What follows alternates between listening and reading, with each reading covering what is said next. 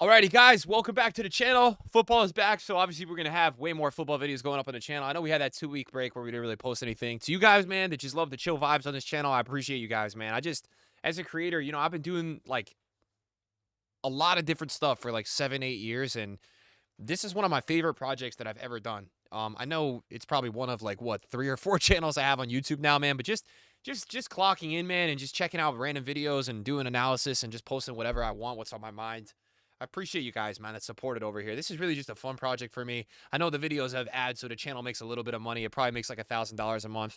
But I appreciate you guys, man, just clocking in, showing love on the videos, and just having a good time. Today, we're going to be watching a video called Spain Has a Big Problem. Now, this video, I don't know what this is going to be about. This guy's channel is really cool. He posts a lot of football content, so I'm excited to check this one out. It looks like it's going to be about Real Madrid. That's what it looks like it's going to be about. And I would assume the video, as it's been just posted, is, going to be a lot about how just dominant they looked even in the Atalanta match, because Real Madrid this season are going to be something really scary. I mean, I just don't even know. We see some super teams from time to time, but this team, I already made a video about them on this channel. Mbappe, Vinny, Rodrigo. I mean, these players, bro. Jude. It's like Rudy. They have so many good players. The depth is crazy. Arda Güler coming off the bench. Brahim Diaz. Let's see what this video is all about. If you enjoy it, drop a thumbs up. And let me know your thoughts, man. Get in the comments, guys. Always let me know your thoughts about these videos. What do you guys like? What do you not like? What do you agree with? What do you disagree with? Let's go. I feel like I've spent so much time reading up on the Kylian Mbappe transfer sagas over the last few years that every time I see him in a Real Madrid shirt, I feel like it's Photoshop. How is this even fair? Dude. La Liga has a massive problem. Real Madrid, current Spanish and European champions, are looking stronger than ever and filled to the brim with insane talent. Look at this front four again. Kylian Mbappe is the most senior of these players. He's only 25. You could argue that none of them have hit their peak yet, which makes this all the more scary, because there are literally 3 Ballon d'Or candidates here. As soon as I saw Mbappe, Vinicius, and Rodrigo do Mbappe's celebration in succession, I understood what we were dealing with here. If Luka Modric can pass on his fountain of youth secrets, it's over. For Spain, as a country, the entire squad is just elite. Obviously, we know that this is nothing new. Their city rivals seem to have taken that challenge to heart though. Atletico have been making some serious moves in the market lately, and something tells me they ain't done yet. Diego Simeone, the longest serving manager in the league, is now in his 13th season as Atletico manager, and he'll be hoping that they've done enough to overthrow Los Blancos. Barcelona, sadly, look like they might be the odd ones out on this one, but maybe I'm looking at it. Hansi is a very good manager. I really do think he's great. And I think the problem with Barca, it's just, man, Nico Williams was so important coming off that Euro. And they're just in that financial situation where I think it's too tough to do, although they went and got almost. So all wrong. Things could always be worse. You could always be the guy who bought Nico Williams jersey just for Williams to go on and show that he's the new number 10 at Bilbao. Why did he do this? It would have cost nothing to wait until the here we go. Anyway, we're talking about the Spanish Big Three in this video. That's so funny. Hello everyone, hope you're all doing well. Welcome back to the channel. Like I said a couple of videos back, I haven't paid too much attention to teams in La Liga outside of Real Madrid, Barcelona, and Atletico Madrid from time to time since like 2019-20, pre-pandemic. Girona was really interesting last season. Obviously with Jude and Vinny at Madrid, Kubo at Sociedad, Girona was hard to not follow. Yeah. I think I'm going to have to change things around. Do a more holistic approach. So let's talk Real Madrid. A good place to start is the Super Cup. Atalanta looked very good in the first half. I thought they looked very sharp. Lookman looked very sharp, although I'd expect no less from the man who scored a hat-trick in the Europa League final. Both teams hit the post a couple times, but as soon as that second half came in, Real Madrid really showed us why they're Real Madrid. First goal was scored by Fede Valverde, but it was all Vinicius Jr. He cuts. Valverde right now in the Madrid 11 is like the least talked about player in the Madrid 11. Do you know how crazy your team has to be for that to be possible? It's insane. Down the left side, leaving his marker wondering what day it is, and then just slides it through. He hasn't lost a step at all. He just makes it look so easy. The second goal came after Rodrigo stole the ball at the halfway line. Bellingham is on the end of an overhead pass by Vinicius, then his assist for Mbappe to run into was really well worked. Bellingham, when he's actually well rested and not exhausted like he was at the end of last season, is just a monster, deservedly man of the match. Real Madrid were great. They had a great performance. We all know how good they are, right? The team was virtually unchanged from last season. In fact, 8 players from the starting lineup of the Champions League were present here. Of course, notable absences were Nacho and Toni Kroos, but the biggest addition was, of course, the man himself, Kylian Mbappe. So, this is his Real Madrid competitive career so far. 1 game, 1 goal, 1 trophy. It's only downhill from here. Next week, we'll see an article on Marca or, probably just someone on Twitter saying that he's washed. We're at Real Madrid. We have no limit. I have no limit. No, this quote did not come from an anime character before he does a power-up. It was Mbappe in his post-match conference. He's already indoctrinated. What can actually be done about this? He also said he's aiming to score 50 goals in the season. If he hits form, 50. Who's to say he can't? I think we've all heard a lot of people say that they think Mbappe's superstardom might be a problem for this Real Madrid side. No. I mean, listen, he does have an ego. We saw that. Madrid though have always been a destination for this type of player. That's what people don't understand. You have situations where like players go to United and they're supposed to be a superstar, or you have, there's other examples. Madrid is always a destination where the superstars want to go and the superstars thrive. You go back to the times of when R9 and Figo and all these players were moving around club to club, but Madrid was always that destination where Madrid has always had this God squad. They've always had crazy players.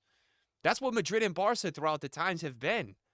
That's why people see those two as the largest clubs in the world. For PSG numerous times, right? Think back to all the Neymar debacles, the contract drama, all of that. But then again, I doubt you get to this level without having an ego. I think it takes an insurmountable amount of self-confidence to just step out there and do your thing for a club like Real Madrid. So the same thing goes for all of those players, which is why I'll give a bit of pushback for this idea that his ego is gonna get in the way. I'm pretty sure that any detrimental ego, any negative ego, would be allowed in that dressing room in the first place. The Friendship FC label has stuck for a reason. Ancelotti will use his mystic eyebrow and Captain Modric will probably sort things out. Also the most decorated player in Real Madrid history now. That's not bad for the worst signing in La Liga history. Endrick is now a Real Madrid player, and I'll be shocked if you haven't heard about that because all the publicity that's been going on around this kid. Endrick has had the most PR, but Arda Güler is way, in my opinion, way better at the moment of a player. For a footballer coming He's from way more Brazil. game Seriously, ready for this we've team. been getting blasted at all angles about news regarding this guy for years at this point, but of course there's been controversy, and you're probably thinking to yourself, oh man, you must have done something really bad, right? He gave an interview the other day where he said he prefers Bellingham over Neymar, and people have been losing their minds over it, particularly Brazilian legends and journalists. I know this is kind of old news at this point, but the entire situation is just weird to me because, I mean, obviously the answer is Neymar. Neymar's Brazilian, Endrick's Brazilian, but Jude Bellingham is Endrick's teammate at Real Madrid, current active teammate. Both answers work. I'm not sure why pundits and journalists and all these outlets are putting out these articles about it. Doesn't seem like a big deal. He did also say Bobby Charlton is his hero, which is a bit nuts. I guarantee you his publicist told him to say that. Just to wrap up this section on Real Madrid, I saw an interesting article on Reddit the other day that spoke about how good this team is. It was a thread saying that this team was the scariest prospect they've seen in world football. The team and manager combination, that is. And while I agree that they're incredible, I found myself scoffing a little bit because, I mean, they're obviously not the scariest team. They're not even the second scariest Real Madrid team or prospective team over the last 20 years or so. But I do understand why the sentiment is somewhat plausible to some. This team is amazing. The sentiment is like that. People are saying stuff like that because, in my opinion, overall in world football, the actual talent we have right now is lower than it has been in the previous, let's say, decade or 20 years ago.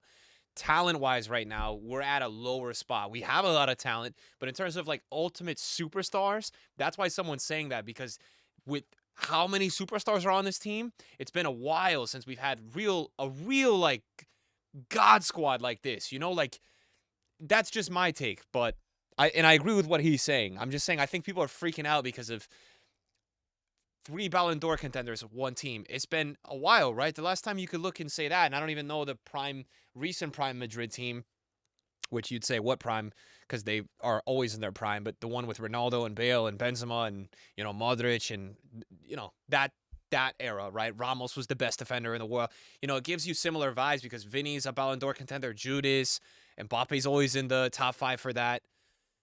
So that's why I think people are going crazy right now, because the actual stars they have, we haven't seen it in a while. We've seen a team in Man City with like KDB, Haaland, and Foden, but it's still, man, out of those three, the only like ultimates, like Foden is not a superstar. Haaland is a superstar. Vinny, in my opinion, is a superstar. I know Foden just won Prem Player of the Year, but he's not. It's not the same. That's my take. Mbappe is superstar. There's only like so many superstars in the world. I think Jude Bellingham has got closer to that rank in the last year, for sure. They're so much better than everyone else. They seem so much better than everyone else, but that's exactly it. I feel like they kind of lack the competition or hype that other legendary Madrid squads had. I mean, the season hasn't started, so maybe competition isn't the right thing to say, but still. It seems like the only team that can compete on the level of Real Madrid on the planet is I think it Manchester might be Madrid City. and City if they're on the to opposite 10 sides years in ago, Champions 20 League years this year ago, again. Bayern, Barca, Manchester United, Chelsea, Arsenal. It seems like in world football right now, it's Real Madrid, Manchester City, and they're then so everyone ahead of else. everyone. Which is why it seems kind of inevitable that they'll meet up in the Champions You League. could even see last year with Arsenal, like Arsenal was, really competing in the league, but overall in the Champions League, they were still just lacking that overall like aura experience, in my opinion, because the Bayern side they lost to was nothing special for a Bayern side over the years. For the umpteenth time in a couple months. Also, this team isn't exactly perfect. All the talk has been about their front line, and rightly so, but if you look at the back, you'll notice that they have only two first-team centre-backs, Rudiger and Militao. I feel like Militao hasn't completely gotten back up to speed since his big ACL tear, and it is an injury that could potentially come with complications in the future. If Rudiger gets injured, then there's going to be a real problem, because I don't think that Carlo Ancelotti trusts Jesus Vallejo that and much. Nacho is out, and gonna Nacho have is a so long underrated, season man. in the Nacho back over line the years if is that so happens. underrated. And the Swiss knife Camavinga isn't even there to help, coincidentally, because he was injured in training by Tchouaméni. There's going to be massive pressure on Hansi Flick from Barcelona. After the circus that was Xavi's will he, won't he with the board, the Barca faithful need a bit more stability. Of course, everything is relative. Barca still put up 85 points in the league last season. They put up 88 and won the league the year before. But if you hear the sentiments from the average football fan, I'm not even talking the average Barcelona fan, all you hear about is catastrophe. And the reason is pretty simple. The opposition just got better. Barcelona's 85 points last season would have won them La Liga the year before too, after all. So the question then becomes, can Barcelona improve enough to match Real Madrid's level? Honestly, it's hard to see that being the case. And with the way they've been navigating the market from an outside perspective, it's hard to see the vision. Dani Olmo is the biggest question mark. As I've said many times before for many years on this channel, he is a baller if he's able to go uninjured for an entire season. But that is a very big if. It seems like a glamour signing. The return of a La Masia graduate and a star of the European Championship winning team. Great player.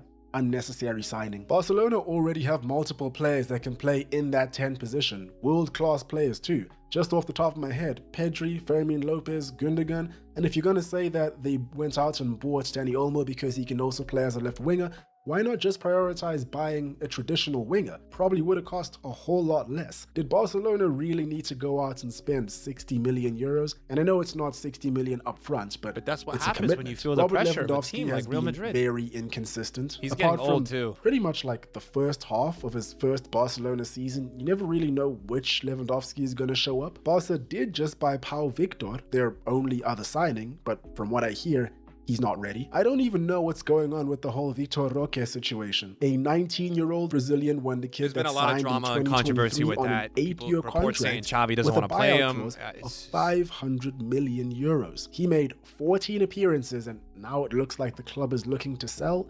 Both Xavi and Hansi Flick haven't been too impressed. It seems like an oversight.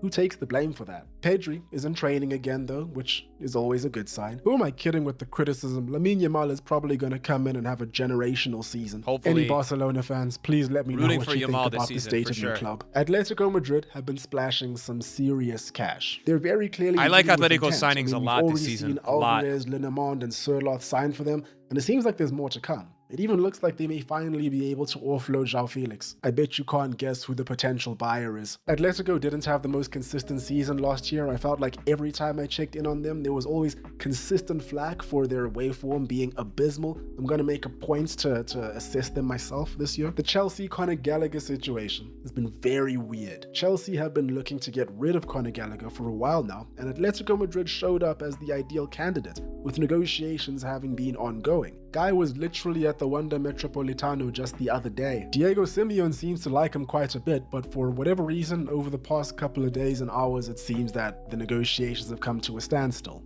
You have to feel for Conor Gallagher because from what it seems, he's just a bit of a bystander. Chelsea have been offering him short-term contracts despite offering many of the newer guys 7+ year deals. Meanwhile, he's been at Chelsea since he was 8 and was Chelsea's most consistent player last year, arguably their best player too. I would argue that at least. But then he goes over to Madrid, gets briefed on the project and gets excited about how it's explained and how he will contribute. Then he gets told to go back to London as the deal is stalled. Reports are saying that this whole thing collapsed because Chelsea want Atletico striker Samuel Omorodion, but they can't agree personal terms with the man. Now, Atletico need a big sale to go through in order to fund the Gallagher transfer, which is estimated to be in the region of about £33 million. Obviously, that isn't the end of the story. João Felix looks like he can provide the answers that both clubs are looking for, and I don't know, man. Listen, there's a reason why I don't cover transfer news all that often. It is exhausting. It is. Fabrizio Romano, he deserves everything that he earns. But back to Gallagher, he would be an amazing signing for Atletico Madrid just based on work rate alone. Looking at their squad, they have a great deal of talent. I guess now they just have to make it all work and challenge. And there we have it. Let me know what you guys think about Real Madrid, Barcelona. Such a good video. So, like, I feel like everything he said I agreed with, literally. Such a good video. The La Liga is going to be really exciting this year. Really exciting, you know? Hopefully we see a healthy Pedri. We get to see the Hansi impact. We get to see Yamal just being generational, right? I mean, he was one of the large factors in Spain's success. Getting Dani Olmo, we want to see him be healthy. I think Atletico Madrid, I mean, people don't even talk about Sorloth, bro. This guy is crazy. So many good signings, and then obviously Madrid, we're looking at one of the greatest Madrid teams ever, potentially. So let me know what you guys think of the video. La Liga is going to be very entertaining this year. I wouldn't be surprised if I'm doing more videos discussing La Liga than Prem. We'll see. Thanks for watching, guys. Peace.